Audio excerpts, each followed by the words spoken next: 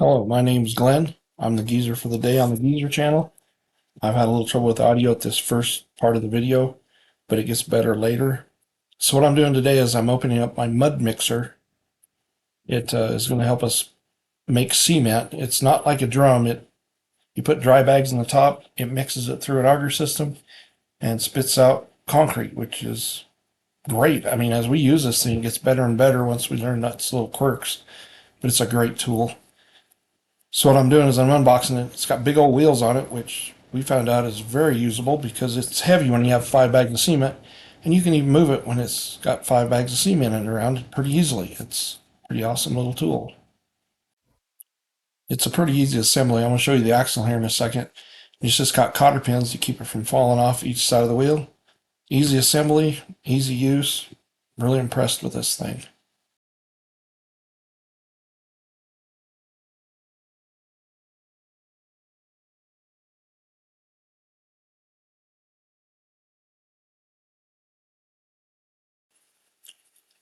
I'm really surprised at how heavy this thing is built.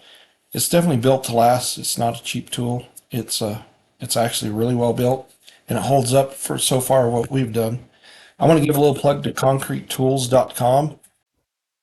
I purchased this through concretetools.com, and they gave me the hopper extension and the chute extension for the same price that I would have paid from Mud Mixer themselves. And they threw in a bunch of cement. I don't remember how many, but it was quite a few bags of cement. They give you a voucher for Home Depot, and you just go down to your local Home Depot, and they give you so many bags of cement. Great deal.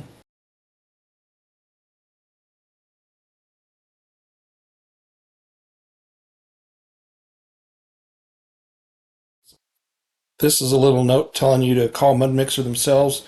Don't return it where you bought it. They will replace any parts that are missing or broken or damaged. And none of that was damaged. This thing is well boxed, well packaged, and it is heavy. I'm opening up the hopper right now that goes on top of the mud mixer, and it's pretty heavy for the size of it. It's well built. I know I've said that several times, but it's well built.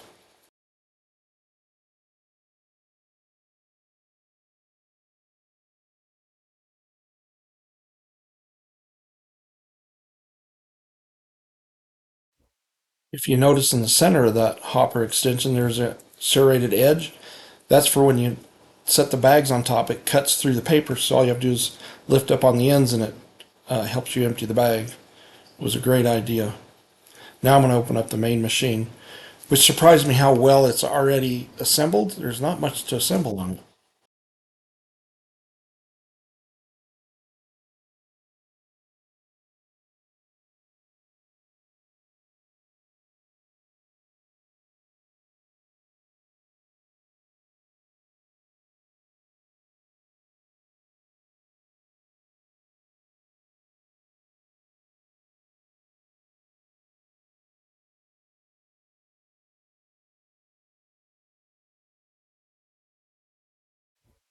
As you can see, there's lots of styrofoam and foam that helps hold everything in place so it don't get damaged.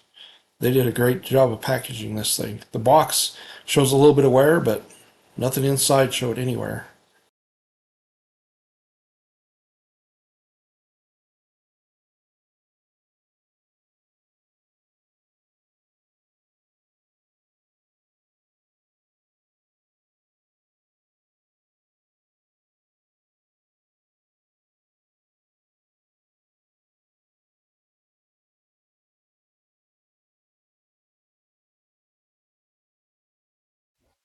My first thought was I'm just going to lift it up out of that box and pallet.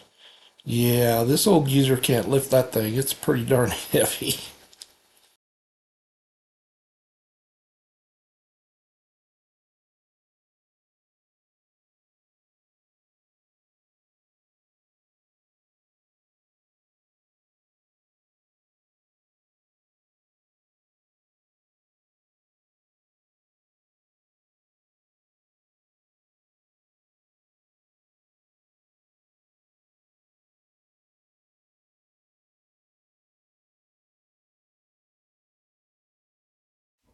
So I chose to cut the corners out of it and roll it out of the box and crate. It's a lot easier that way.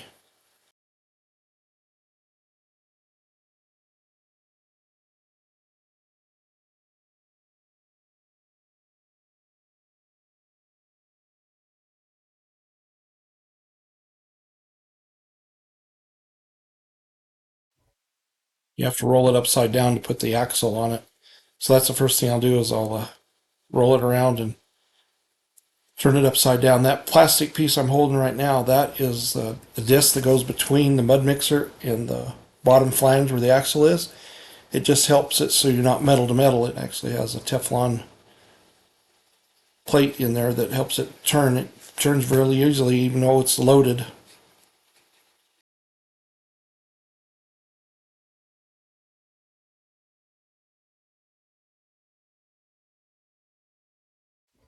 I just pointed out where the axle will go through on the main frame, that handle. It goes underneath the whole mud mixer, and that's where your axle and your handle is all attached to the mud mixer itself.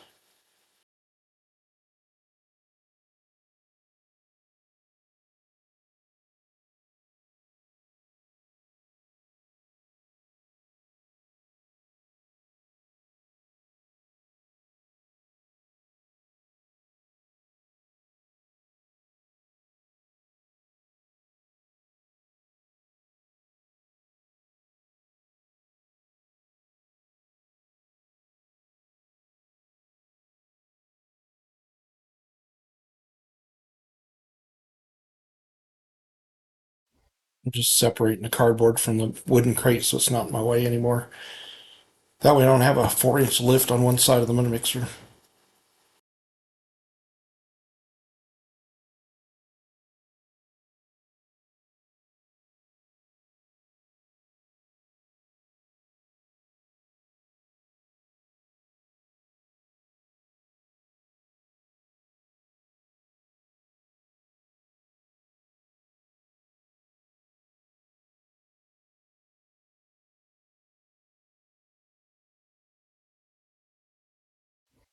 It's a plywood and 2x pallet. Holds up pretty good. There's a little bit of damage to the pallet, but that's expected when you truck it across the United States. The directions tell you put it on something soft so you don't scratch it. But I put it right on the cement because I'm going to be using it for cement. I don't think it's going to be scratch free for very long.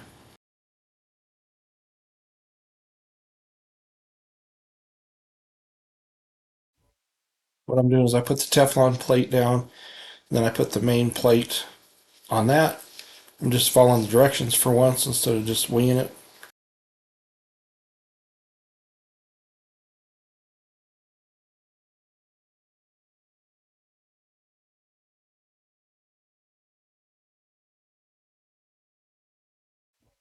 A couple crescent wrenches or wrenches that fit the bolts. It goes together really simply.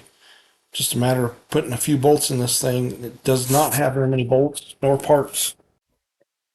That black piece is a spring, so it keeps it tight but lets it move. So the spring is an important part of the rotation.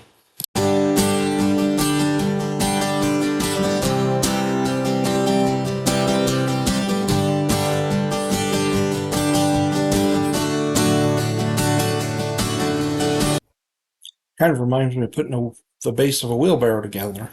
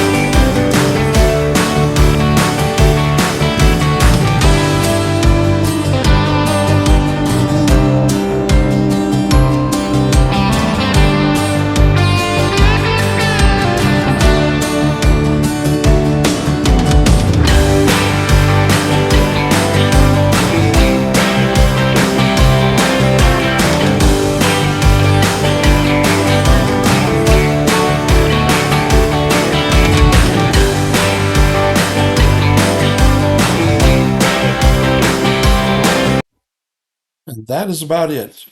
Put the main frame under it with the handle, put the axles on it, put the big tires on it, and it's pretty much turn it over and it's ready to go. Good morning. We're gonna get going on the foundations. We've already put all the forms in for the garage. We're gonna pour it this morning. I did not film it, but we already poured the craft room over there. You can see the footer is done. We're going to use the mud mixer this morning. It does have a couple quirks. If you're mixing mud and it has a spray nozzle on the side to wash things down and wet your ground, do not use that while the mud mixer's running. It dries your mix up and then it plugs it all up. So that's one of the quirks we found. But that thing works great. Just very consistent. As fast as you can put bags in it, it spits it out. So I'll bring you back when we start pouring mud today.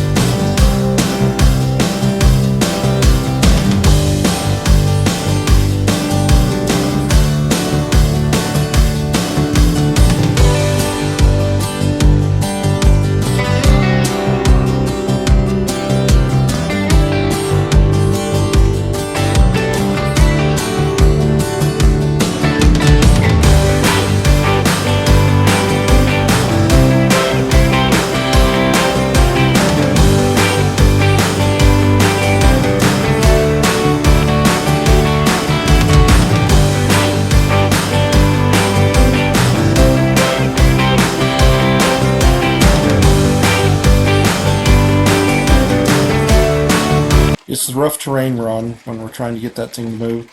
And what we're finding out is if we put a piece of plywood down, which you're going to see in a few minutes, it's a lot easier to roll. My yard is a gravel pit. Big rocks, little rocks, but mostly rock. So it's a little difficult to get it to move. When we're on smooth soil, it moves very easily.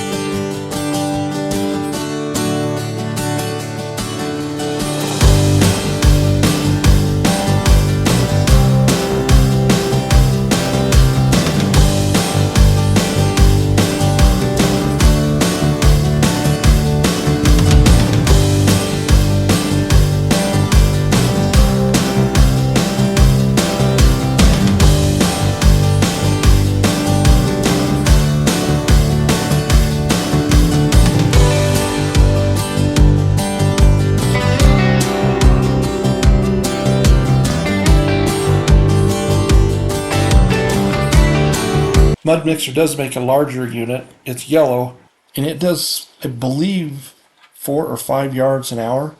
I don't know how 1 or 2 people could carry that many bags of cement. This thing's tiring as it is, and it gives you a little bit of break between bags, so you're not carrying bags constantly. If you have the bigger machine, you'd have to have a 4-man crew probably just to carry the bags, because it gets tiring carrying 80-pound bags. So this machine is just right for like an individual for me. I really like its pace.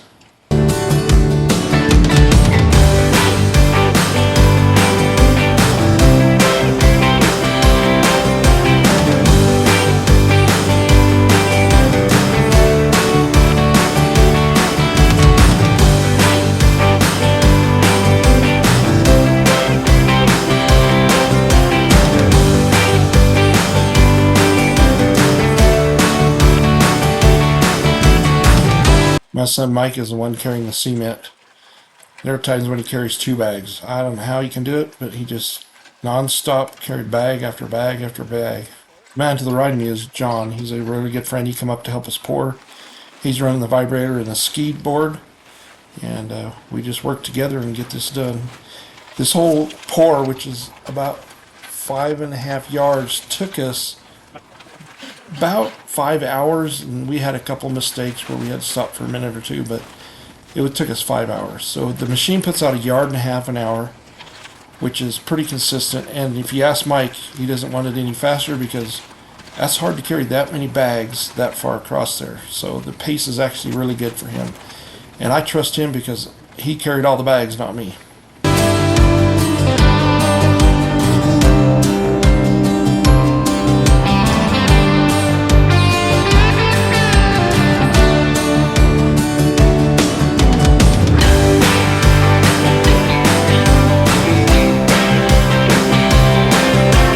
Probably wondering what those yellow things are underneath the rebar. Those are rebar stands. Actually, instead of using rocks and trying to pull it up halfway through the cement as you're pouring, I went ahead and bought the stands, and they actually hold the rebar at 4 inches right in the middle of my cement. So it made our life a lot easier putting those stands under there. And then you just pour right through them. The cement goes around them and through them. It's a great little tool. It's nice not to have to do the big rocks and trying to pull the rebar up.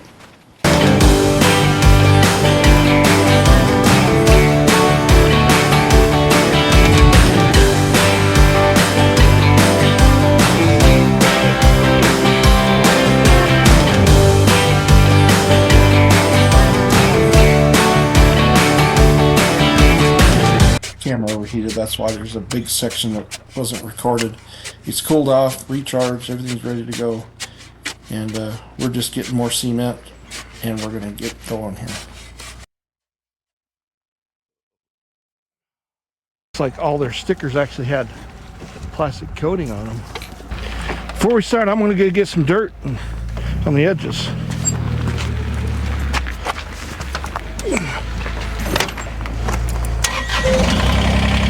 So what I'm doing is I'm putting dirt on the outside of the form. I actually had a low point there. So when we set the forms, they're perfectly level, but it was low in the soil. So we just put a little bit of dirt on the back side of each one of the forms. That way our concrete mix doesn't pour out underneath the form.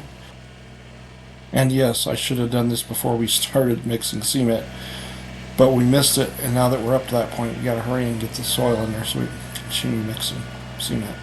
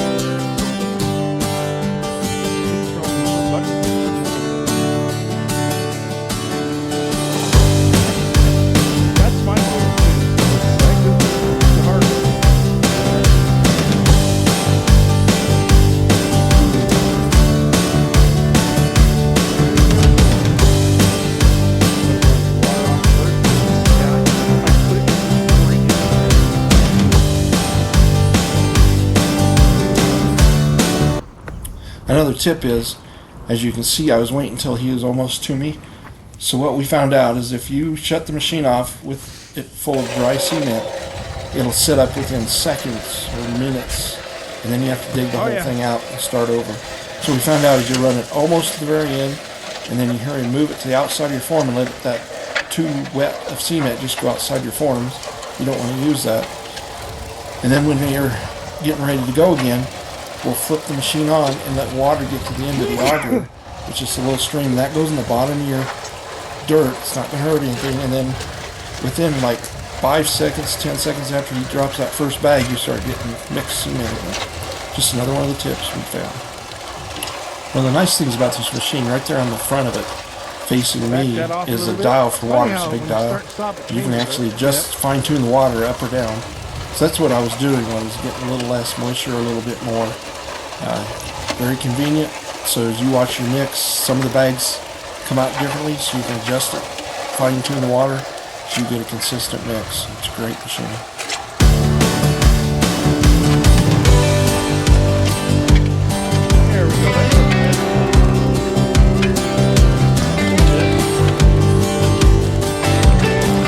And as you can see, it holds several bags. What we discovered, it'll hold about 5.5 bags, almost 6, if you heap it. But if you keep it around 4 to 5 bags, the machine runs great. So that's why you see him hauling so many bags real quick, because he's just getting her full again, so we can keep going.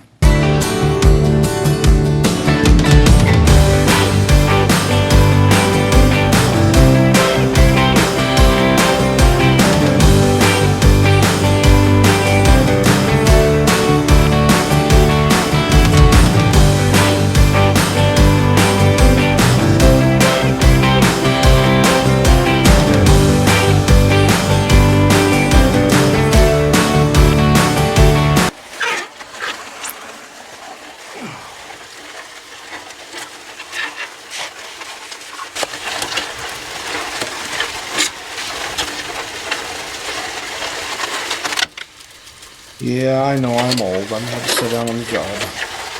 That's a big rock. Yep.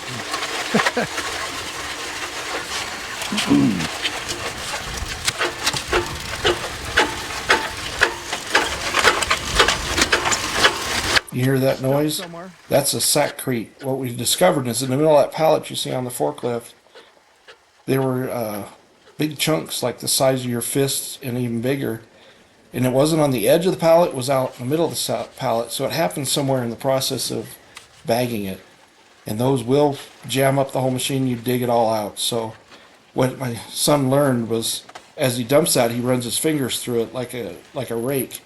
And then he picks up any of those rocks. And we only had that in like 3 bags. So it's not something that's consistent in sackcrete, it's just... Told you, like the auger and all that, you just buy a new one.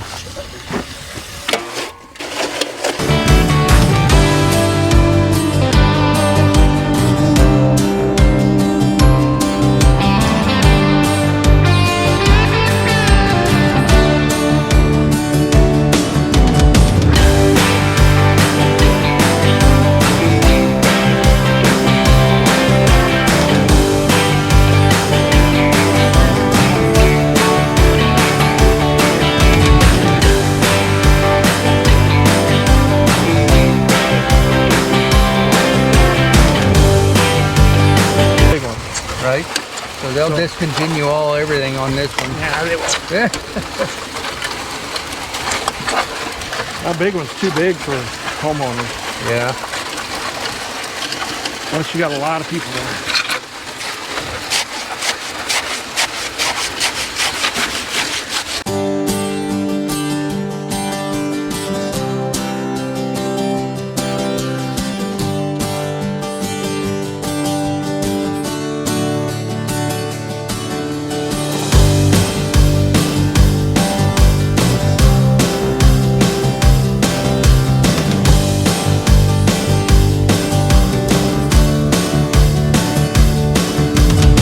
Thank you for watching. Please like, subscribe, comment. I like reading the comments. Thank you for watching my videos.